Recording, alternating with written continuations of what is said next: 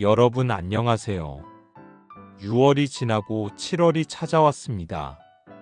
본격적으로 여름 시즌이 다가오는데요. 무더운 여름에 우리에게 절대 멀리할 수 없는 존재, 바로 에어컨입니다. 그런데 우리가 에어컨을 틀기 전에 항상 떠오르는 걱정은 바로 전기세입니다. 이미 뉴스나 SNS 등에선 에어컨 전기세를 아낄 수 있는 수십 가지 고마운 팁이 존재합니다. 그러나 결국 에어컨을 틀게 되면 전기세가 나가는 것은 불가피한데요. 따라서 35도 이상의 폭염이 아닌 이상 에어컨 없이 집 온도를 진짜로 낮추어 쾌적한 실내 환경을 만들어내는 생활 고수 어르신들의 지혜에서 알아온 팁 7가지를 알려드립니다. 실제로 실험해본 결과 몇 가지 준비사항이 있어 조금 번거로웠던 건 사실입니다만, 실제로 해보면 안 했을 때와 비교해 실내 온도가 최대 3도 이상 내려간 걸 알게 되었습니다. 이제 그 7가지 비결 여러분께 공개합니다. 첫 번째, 은박지 혹은 신문지. 집안에 쓰지 않는 신문지나 은박지를 햇볕이 강한 창문 밖에 테이프 2겹으로 살짝만 붙입니다. 이 행동만으로도 실제로 실험해보면 실내 온도가 2도 가까이 떨어집니다. 여기서 포인트는 창 전체가 아니라 햇빛이 들어오는 부분만 가리는 것. 두 번째, 선풍기는 천장 바람에 은박지나 신문지로 햇볕을 차단 후 선풍기 바람을 천장 쪽으로 쏘면 뜨거운 공기가 밀려 올라가고 시원한 공기가 아래로 내려옵니다. 사람에게 직접 바람을 쏘는 것보다 10분 만에 방 전체가 고르게 시원해집니다. 세 번째, 얼음물 역풍 터널. 빈 페트병을 얼린 뒤 선풍기 뒤쪽에 놓아보세요. 바람이 얼음 뒤를 통과해 앞으로 나옵니다. 이 역풍 터널만으로 체감 온도가 1도에서 2도가량 낮아집니다. 한편으론 번거롭지만 전기 한 푼 내지 않고 냉풍기를 만든 셈입니다. 네 번째, 새벽 환기 욕실 배기팬. 개인적으로 제가 해본 행동 중 가장 효과적이었는데요. 새벽 5시에서 6시 사이 가장 기온이 낮은 시간을 노려 창문을 모두 열고 욕실 배기팬을 동시에 켜보세요.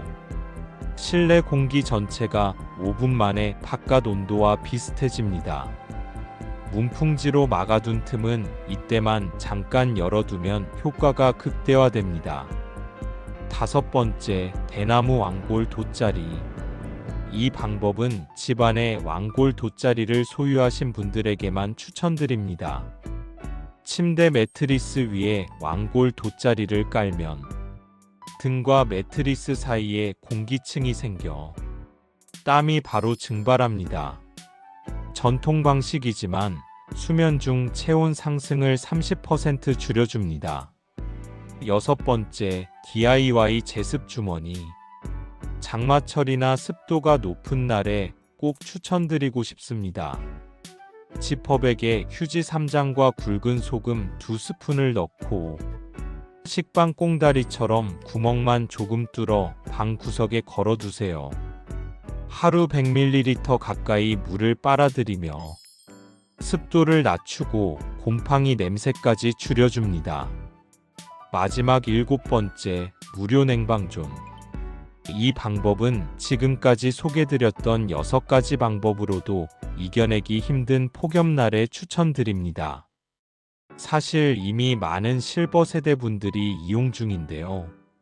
한 날 중 제일 더운 시간인 오후 2시에서 4시 사이는 소개해드린 6가지 방법으로도 이겨내기 힘들 수 있습니다. 그럴 때는 무리하지 마시고 에어컨을 가동시켜서 실내를 쾌적하게 유지하는 것이 좋습니다.